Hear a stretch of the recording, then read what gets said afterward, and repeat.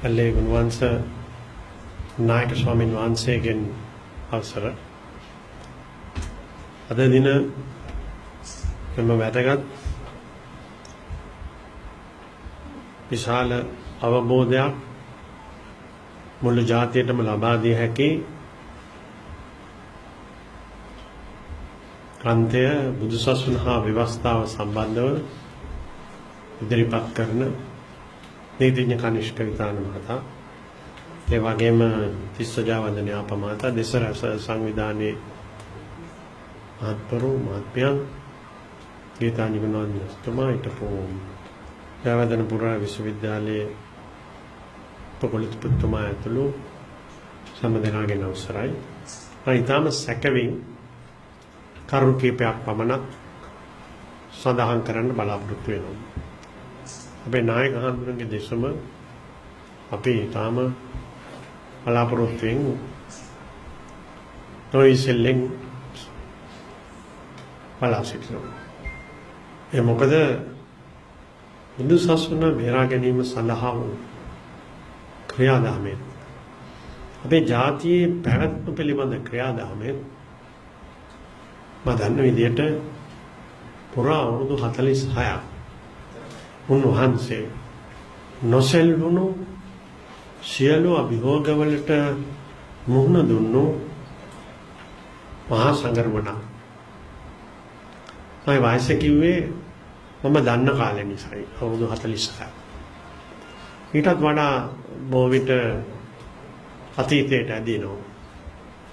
ඒ කතාව මා කියන්න උත්සාහ කරන්නේ උන්වහන්සේ සඳහන් කරයි. උන්වහන්සේගේ ආවාසය පොළොන්නත වලින් වියලා තියෙන කාලේ චීන මහජන රජය බණ්ඩාරනායක සම්මන්ත්‍රණ ශාලාවක් හදපු නැති කාලේ මේ බෞද්ධාලෝක මාවත හරහා රාත්‍රියට ගමන් කරන්න බයෙන් සිටපු කාලේ අපි තරුණයෝ හැටියටත් බයයි.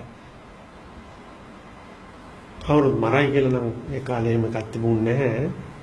නමුත් මේ තරම් කලවර ප්‍රදේශයක උන්වහන්සේ ධර්මායතනය පවත්වාගෙන යමින් තරුණයන්ට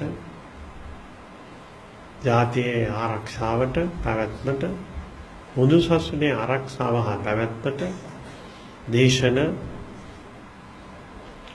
මඟ පෙන්වීම කළ අවස්ථාව ඒ තරම් ඈතට දියනවා. ඒ තරුණ කණ්ඩායම් පසු කලක දේශපාලන ශාස්ත්‍රයේ පරිපාලන ශාස්ත්‍රයේ නීති ශාස්ත්‍රවල තමන්ගේ ජීවන ගමනේ යෙදුනද ජාතිය රකින්න බුදු සසුන ආරක්ෂා කරගන්න ඉටු කළ යුතු කර්තව්‍යයට කැපුණා. එනිසා අපි ගත කළ කාල පරිච්ඡේදය විවිධ ගැටලු වලින් සමන්විත කාල පරිච්ඡේදය. ඒ සෑම සටනකින්ම තර්ජන ගර්ජන මැද සිංහල ජාතියේ පැවැත්මත් සම්බුද්ධ ශාසනයේ ආරක්ෂාව හා පැවැත්මත් ආරක්ෂා වුණා. මහා සංඝරත්නයේ මඟ පෙන්වීම යටතේ අපේ කනිෂ්ක විතානතුමා සඳහන් කළා ඉතිහාසයේ පුරා අපේ රට රැකුනේ. ඒ ගමන නැවතුනේ නැහැ. අදත් ගමන් කරනවා. එයට ලැබෙන විශාල ශක්තියක් බවට මේ ග්‍රන්ථය ඔබතුමා එළි දක්වලා තියෙනවා. සරල වශයෙන් මොකද නීතිවේදියෝ ඉන්නවා ජනාධිපති නීතිවේදියෝ මහරජිනගේ නීතිවේදියෝ. එයා දේශනා කරන්නේ මේට එරෙහිවයි. ඒ නිසා මේ තරුණ නීතිඥවරු නැගිට යථාර්ථය හා නීතිය මෙයයි. නීතිය අපිට බලෙන් පටවලා තියෙන සුදු නීතිය නෙවෙයි. අපිට උරුම වෙච්ච දහරාවක් පවතිනවා. මේ තිබෙන වාර්යපොළ හාමුදුරන්ගේ අපේ ජාතියේ අවාසනාවන්ත දිනය සිහිපත් කරන කතිර කොඩය නංගන්නට ඉඩ නොදී විදහාපා අභිමානය මේ මුලින් කියවෙනකොට 815 ගිවිසුම සම්බුද්ධ ශාසනය ආරක්ෂා කරන්න සුදු ආණ්ඩුව පොරොන්ද වෙච්ච ගිවිසුම මෙහි සඳහන් වෙනවා. එනිසා මේ දහරාව අවුරුදු වසර ගණනාවකට සම්බුද්ධ ශාසනයේ පැවැත්ම ආරක්ෂා කිරීමට රජදරුවන් කියන්නේ පාලනය රාජ්‍ය ගමන් කරපු ශික්ෂණය හා බැඳීම තවදුරටත් ආරක්ෂා කර ගැනීමේ කර්තව්‍යයට මා හිතන්නේ තාම කරුණු සහගතව දායක වෙනවා. ඒ නිසා අපිට ගමන් කරන්න තිබුණු දුෂ්කර කාල පරිච්ඡේද හමුවේ මහා සංගරුවන මේ රටේ එක්සේසත් භාවය රාජ්‍යයට ආරක්ෂා කළා. එක්සේසත් බව අනිෂ්කමෙත්ම සඳහන් කළා. රාජ්‍ය අනසක පේදුරු තුඩියටත් දෙවුන්දර තුඩුවටත් එක ලෙස ගමන් කරන ක්‍රියාවලිය. යාද භාෂාවෙන් ඒකීය කියන්න පුළුවන්. නැත්නම් ඒකීය වෙනුවට ඉංග්‍රීසියෙන් කියන යුනිටරි කියලා. ඒ විදිහට නමුත් අර්ථය එක අනස්සක ගමන් කරන්නට ඕනේ. ඒ අපි ආරක්ෂා කරගත යුතුයි කියන කාරණා වෙනුවෙන් තමයි අපේ මුතු මිත්තෝ මේ රට ආරක්ෂා කළේ. නිදහස පතා දිවිදුන් අපේ විමුක්තිකාමී නායකයන් ඒ විමුක්ති අරගලයන් ඉදිරියට ගෙනාවෙත්. ඉන් පසුව මෙතන ඉන්න ජ්‍යෙෂ්ඨයන් දන්නවා අනගාരിക ධර්මපාලතුමා ඒ වගේම ඉන් පසුව තිබුණු ඒ ප්‍රබෝධයෙන් ඉදිරියට ආපු අපේ නායක හාමුදුරන්ගේ නායක හාමුදුරුවෝ අපේ හේම්බිටිකතර ඥානශ්‍යාම්දුර මධ්‍යගම විමලවංශ නායක හාමුදුරුවෝ වැනි නාය හිමිවරු බුද්ධ ශාසන කොමිසමක් ඇති කළා. බුද්ධ ශාසන කොමිසම කිව්වා මෙන්න ශාසනයට සිදු වුණු හානිය. අපේ අතිපූජ්‍ය මඩිය නායක හාමුදුරුවෝ ආනන්ද මෛත්‍රී බලංගොඩ ආනන්ද මෛත්‍රී හාමුදුරුවෝ මේ කටයුතු කළා. ඒ බුද්ධ ශාසන වාර්තාව 955 එළි දකින්නකොට ඒක සඳහනක් කරනවා පන්සල් හිමි ඉඩම් අක්කර 13 ලක්ෂයක් ශාසනයට අහිමි කළා. මම කියන්නේ නෙමෙයි තොරතුරු සහිත ඉඩම් අක්කර 13 ලක්ෂයක් පන්සල් වලට අහිමි කළා. මේ යලි ලබා දිය යුතුයි. පන්සලට ලබා දෙනවද? පන්සල විසින් ඇති කළ අනන්‍ය ග්‍රාමීය ආර්ථිකයට ලබා දෙනවද? යන කරුණු ඒ ගැබ් වෙනම මේට වඩා දීර්ඝව කියන්නේ.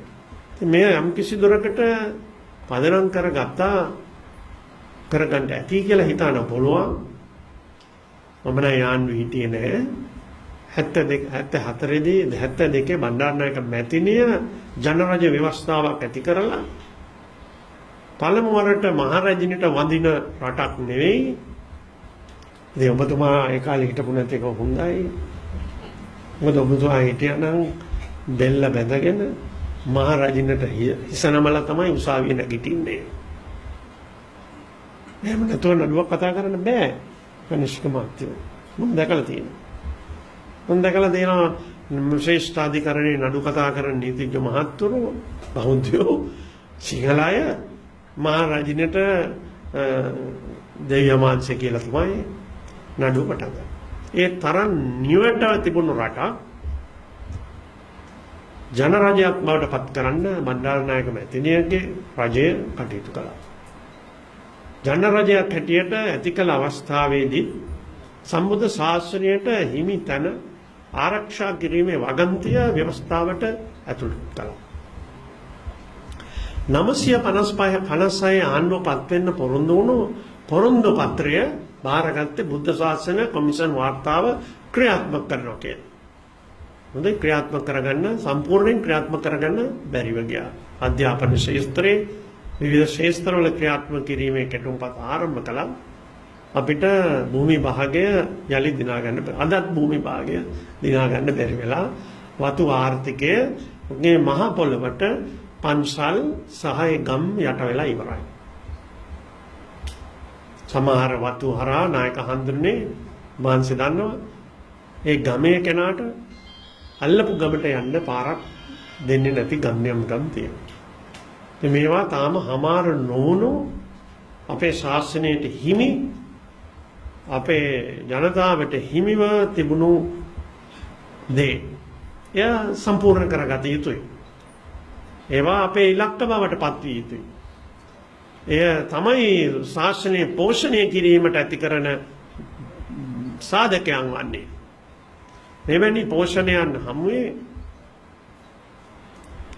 ඉදිරියට ආපු ඒ ගමන අපි ව්‍යවස්ථාවක් බවට බ්‍රිතාන්‍ය රජිනගෙන් නිදහස් වෙලා බ්‍රිතාන්‍ය කිරීටයෙන් නිදහස් වුණු ජනරජයක් බවට 72 මේ මාසෙ 22 වෙනිදා පත් වුණා. එම ව්‍යවස්ථාව 78 අලුත් ව්‍යවස්ථාවක් හදලා බලයට පත් වුණු ජයවර්ධන ජනාධිපතිතුමා 78 ව්‍යවස්ථාව සකස් කරනකොටත් මේ වගන්තිය තවත් ශක්තිමත්ව ඇත ව්‍යවස්ථාවට සම්පාදනය කරතිබෙනවා. දැන් මේවා ආපසු හැරවීමේ උත්සාහයන් නැවතුනේ නැහැ. කලින් සෝල්මරි ව්‍යවස්ථාවේ 29 වෙනි වගන්තිය ගැන දැනුත් කතා කරනවා. දැනුත් සාක්ෂි දෙනවා. ඔබතුමා කියපු අර රට පුරා ගියපු ජංගම මේ වන්දනා කොමිසම කියන්නේ දැන් කිව්වා කාලෙකද නමක් ලාල් විජයනායක වන්දනා කොමිසමක් ගියා තමුන්ගේ මිනිස්සු විතරක් කඳවා සාක්ෂි සටහන් කොට වාර්තාවක් ලබා දෙන්න. ඒක ඔබතුමා බොහොම හොඳට කියනවා මේ පොතේ. මේ පොතේ ආරම්භයේ කියනවා මෙන්න මේක මොකද කියලා බලන්න. මෑතකදී කරන ලද සමීක්ෂණයේදී හෙළි වූයේ එම කොමිෂන් සභාව ශ්‍රී ලංකාවේ ජනගහනයෙන් 76.8ක් ව්‍යවස්ථා මණ්ඩලය ගැන නොදන්නා බවයි. ඒ කියන්නේ ලංකාවේ ජනගහනයෙන් 76.8ක් දන්නේ නැහැ. අර කොමිටියයි ව්‍යවස්ථා හදන එකයි. 34.1ක් ව්‍යවස්ථාවක් සාධන බව දැනගෙන සිටින බවයි.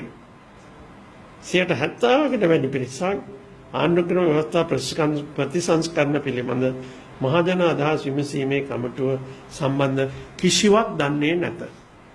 මෙන්න අපේ රටට ව්‍යවස්ථා හදන තත්වයට හැසිරෙන ආකාරය. එනිසා මේ ව්‍යවස්ථාවේ සකස් කරන ක්‍රියාදාමය ආපසු අපේ රටට අහිත කර ක්‍රියාදාමයන් සම්පූර්ණයෙන් ආපසු හැරවීම හා නවතා දැමීමට ආණ්ඩුක්‍රම ව්‍යවස්ථාවේ 9 වෙනි මන්ත්‍රිය වගන්තිය ආරක්ෂාව පමණක් නොව කනිෂ්කතාන් මහතා අවධානය කොට පැහැදිලි කරා එහි අර්ථය වන්නේ රටේ රටේ පාලනයේ අනසක උත්තරීතරම බලය මහජනයාට අයිති උත්තරීතරම නීති හදන බලය පාර්ලිමේන්තුවට අයිති නම් පාර්ලිමේන්තුවට හැකියාව තියෙන්න ඕනේ කිසි කරදරයක් නැතුව රටටම නීති හදන්න. කරදරයක් නැතුව. දැන් පසුගිය සැරේ 13 වෙනි ආණ්ඩුක්‍රම අවස්ථාව සංශෝධනය කරන අවස්ථාවේදී පාර්ලිමේන්තුවට දීලා තියෙන්නේ අර පළාත් සභාවට දුන්නු බලතල ගැන නීති හදන්න 3-2කින් පමණයි. 3-2කින් පමණයි. ඒ කියන්නේ 3-2 ලැබුණ නැත්නම් සමහර නීති හදන්න බෑ. කවුද මේක දන්නේ? മന്ത്രിවරුවත් දන්නවද? නෑ. ඒ වගන්ති කියවලා තියෙනවා දැමම සමහර අය කොහෙද තියෙන්නේ කියලා අනායක. උත්තරම් බයනකද. මේ ව්‍යවස්ථාවක් හදන බාහිරකාරයෝ.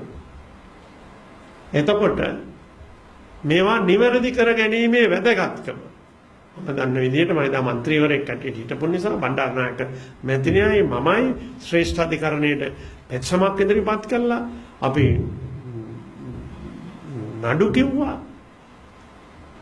ඒ වෙලාවේ සර්වානන්ද විනිශ්චයකාරතුමා තීන්දුවේ කිව්වා ඒකීය රාජ්‍ය ආරක්ෂා වෙන සීමාවේ මෙතන තියෙන්නේ. මෙතනින් එහාට ගියොත් ඒකීය රාජ්‍ය අහෝසි කියලා.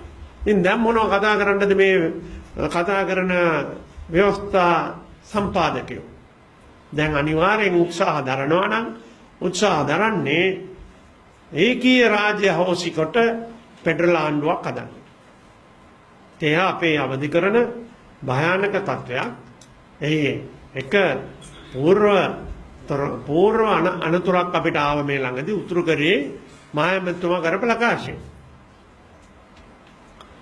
මේ මහමැතිතුමා කරපු ප්‍රකාශය කනිෂ්ක නීතිඥතුමා කියන විදිහට දැනට තියෙන 9 වෙනි වගන්තියෙන් සම්බුද්ධ ශාසනයට රටේ හැම බින් අඟලකම අයිතිය තියෙනවා ඒ ක්‍රියාත්මක කරන්න. එයයි ඒකේ රාජ්‍යයේ ස්වභාවය. මේ ව්‍යවස්ථාවේ අද තියෙන තත්ත්වය. මහමැතිතුමා කියනවා මගේ පළාතේ මට ඕන නම් මගේ මිනිස්සු එක්ක බෞද්ධ සිද්ධාස්ථාන මම නවත්තනවා. එහෙම කියන්නේ කොහොමද? 9 වෙනි වගන්තිය ආණ්ඩු ක්‍රම අවස්ථාවේ අවබෝධ කරගන්නවා නම්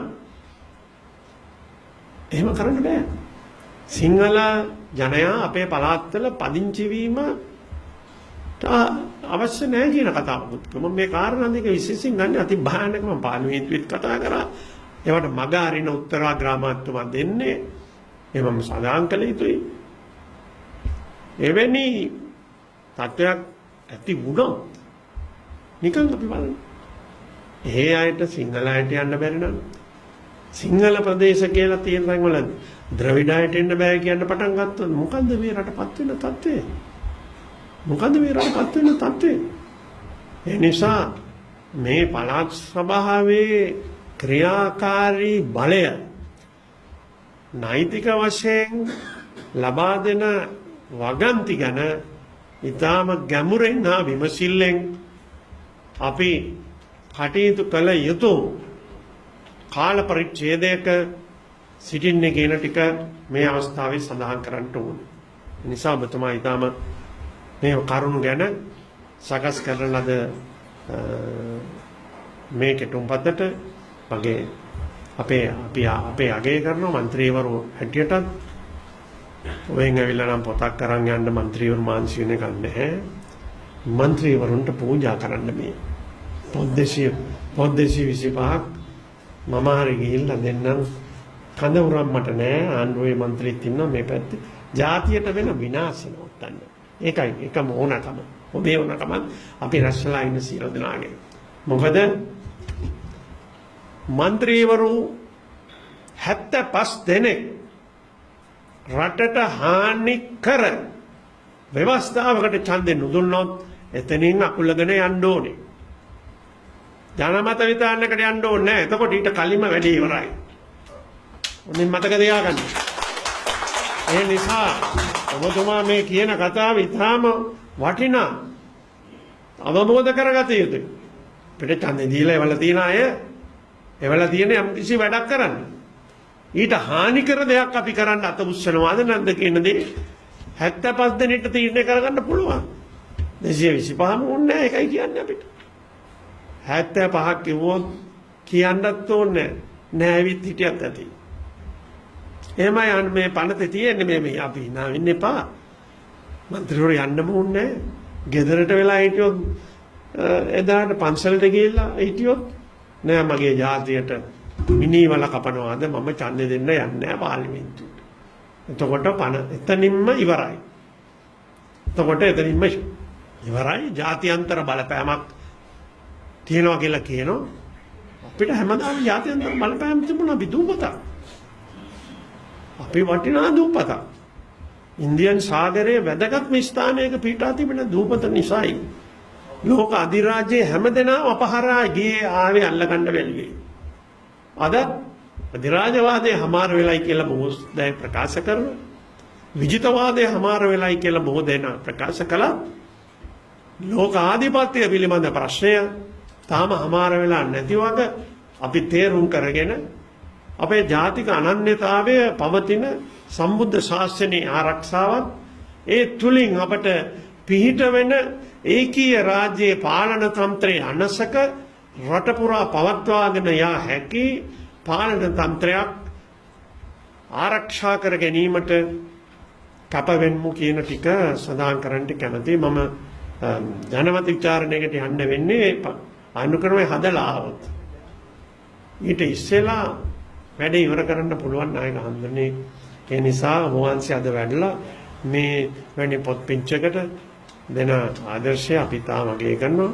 මම උදාහරණ දෙකක් විතර යලිත් මතක් කරන්න ඕනේ മന്ത്രിවරයෙක් හැටියට. මම මගේ මිත්‍ර රිචඩ් පතිරණ මැතිතුමා අද පාර්ලිමේන්තුවේ නැති ගීතංජන මන්ත්‍රීතුමා ඉන්නවා. අද පාර්ලිමේන්තුවේ නැති ඩික්සන්ජේ පෙරමැතිතුමා අපි තුන් දෙනා බුද්ධ ශාසන අරමුදල කියලා පන්නතක් කරනවා පාර්ලිමේන්තුවට. අපි කියවාගෙන යද්දී මේ තියෙන අන්‍ය ආගමිකයන්ද අධ්‍යක්ෂක මණ්ඩලයේ කටයුතු කළ හැක කියලා. දැන් අන්‍ය ආගමිකයන් කටයුතු කළ හැක කියන වචනේ දාන්න ඕනේ නැහනේ. ඕනකනේ පත් කරගන්න පුළුවන් නම්. නමුත් ඒ අය සකස් කරලා දාලා අපි මේ වගන්තිය දැම්ම ඡන්දෙට. ඒ වෙලාවේ තේබෝනායතිය බිබීටියා බැඩ්මින්ටන් ගහන අය බැඩ්මින්ටන් මේ මොකද්ද කියන්නේ පිම්පොං ගහන අය පිම්පොං ගහ හිටියා. ගීතට මතක ඇති මම නැගිටලා ඡන්ද විමසීම ඉල්ලුවේ රිචඩ් පතිරණ ස්ථිර කරලා ඡන්ද විමසීම දෙන්න කියලා. අපි දිනුවා පනත ප්‍රතික්ෂේප වුණා. අකුල ගන්න සිද්ධ වුණා. අපිත් එක්ක ද්‍රවිඩ മന്ത്രി මොදු ඡන්දෙ මේක වැරදි. මේක බෞද්ධ නම් බෞද්ධ වීතිය. එයා කිව්ව ඉච්චරයි. ඒ නිසා മന്ത്രിවරුන් අවදියෙන් කටයුතු කරනවා නම් මේ සඳහන් කළ පුරාවිද්‍යා පනත යටතේ විහාරස්ථානවල විහාරාධිපති පත් කළ හැකි කියලා පනතක් එනවා. හේතු තිබුණා. නමුත් භයානකයි. ඒ පරිවර්තන විය හැකි ශාසනයේ බුදු සසුනේ තහානි කර ආකාරයෙන් කටයුතු කරන්න විහාරාධිපති කෙනෙක් පත් කළොත් ගියේ. ඒකේ කියලා තිබුණේ බෑ කියලා. මට මතක අද වගේ මම එක අවුරුදු 40 ගානකට යා මේ අවුරුදු 20 ගානකට යා නායක ආම්දරගේ පන්සලේ අපි සාකච්ඡා කරලා එතුමා අද නැහැ ජීවිතුගත නමුත් එතුමාට අපි කරු කරන්න ඕන නීතිඥ මාත්‍යේ බෞද්ධ නීතිඥවරේ ගුණතිලක මහතා තමාගේ WP ගුණතිලක මහතා තමා අසනීපෙන් ඉඳගෙන ශ්‍රේෂ්ඨ අධිකරණය මේ නඩුව කිව්වා කියලා දිනුවා.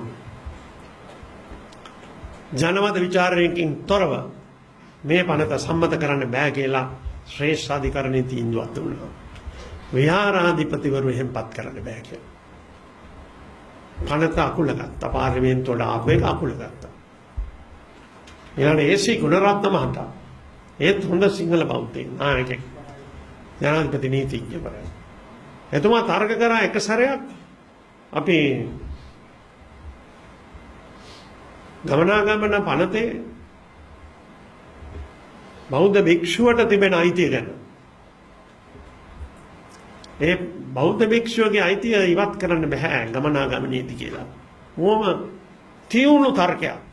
කාලේ වෙලා ගන්න අපේ නායක හඳුනන සවන් දෙන්න ඕන.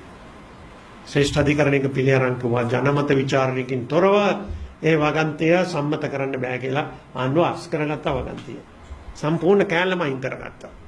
ඒ නිසා සම්බුද්ධ ශාසනයට තිබෙන ආරක්ෂාව සැකසී තිබෙන ආණ්ඩු ක්‍රමයේ මේ නීතිමය වගන්තිය ඊටාම ගැඹුරු හා ඊටාම පළල්. කොයිතරම් ගැඹුරුද කියන එක කිසිවකට ලෙහෙසියෙන් පැහැදිලි කරන්න බැරි තරමට කොයිතරම් පළල්ද කියලා පැහැදිලි කිරීමේ සීමාවක් නොමැති බව වර්තමාන රජයේ ව්‍යවස්ථාවක් හදන අයට ඉතා ඕනෑකමින් අපි මේ පොත්පිංච නිකුත් වෙන දවසේ සඳහන් කළ යුතුයි. අප ඉතා පැහැදිලිව එක ස්ථාවරයක සිටිනවා නායක හඳුනන්නේ. ඒකීය රාජ්‍ය ආරක්ෂා කළ යුතුයි. පාර්ලිමේන්තුවේ උත්තරීතර බව ආරක්ෂා කළ යුතුයි. පළාත්වල ඒකාබද්ධ වීම උතුරු හෝ නැගෙනහිර පළාත් එකතු කිරීම ඉඩ දිය නොහැක. ඒ වාගේම සම්බුද්ධ ශාසනයේ 9 වෙනි වගන්තිය ආරක්ෂා විය යුතුයි. එවැනි කරුණු රාශියකින් සමන්විතව අපි ඒකාබද්ධ විපක්ෂය හැටියට පෙනී සිටිමු. ඒ නිසා ඒකාබද්ධ විපක්ෂය හැටියට මට මෙතනට සහභාගී වන්නට කරන ලද ආරාධනයට මම ඉතාම අගය කරනවා. අපි අද පිනකට සහභාගී වුණේ කියලා. ඔබතුමා ශ්‍රේෂ්ඨාධිකරණයේ නඩු ගණනාවක් වෙනුවෙන් පෙනී ඉඳලා තියෙනවා. මම හිතන අද උදේත් පෙනී හිටියා. ඒ නිසා මාංචි නන්න නැතුව ඇති. ඒ නිසා මේ පොත ඉතාම වටිනා පොතක්. අපේ රටට වටිනා පොතක්. මේ අවස්ථාවේදී වෙනදාටත් වැඩියෙන් වටින අවස්ථාවකදී තමයි නිකුත් වෙන්නේ. ඒ නිසා අපේ ජාතියේ පැවැත්මට අපේ මාතෘ භූමියේ ආරක්ෂාවට අද යුගයේ ජීවත් වෙන අපිට තමයි මේ වගකීම තියෙන්නේ.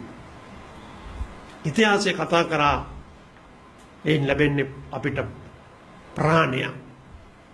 අදට කටයුතු කරන්නට තිබෙන ප්‍රාණය. හෙට දිනයක් අපිට අපේ අලුත් පරම්පරාවට ඉතුරු කරලා ශාසනයේ පැවැත්මට ඉතුරු කරන වගකීම දෙන්නේ අද ජීවත් වෙන පරම්පරාව අපේ.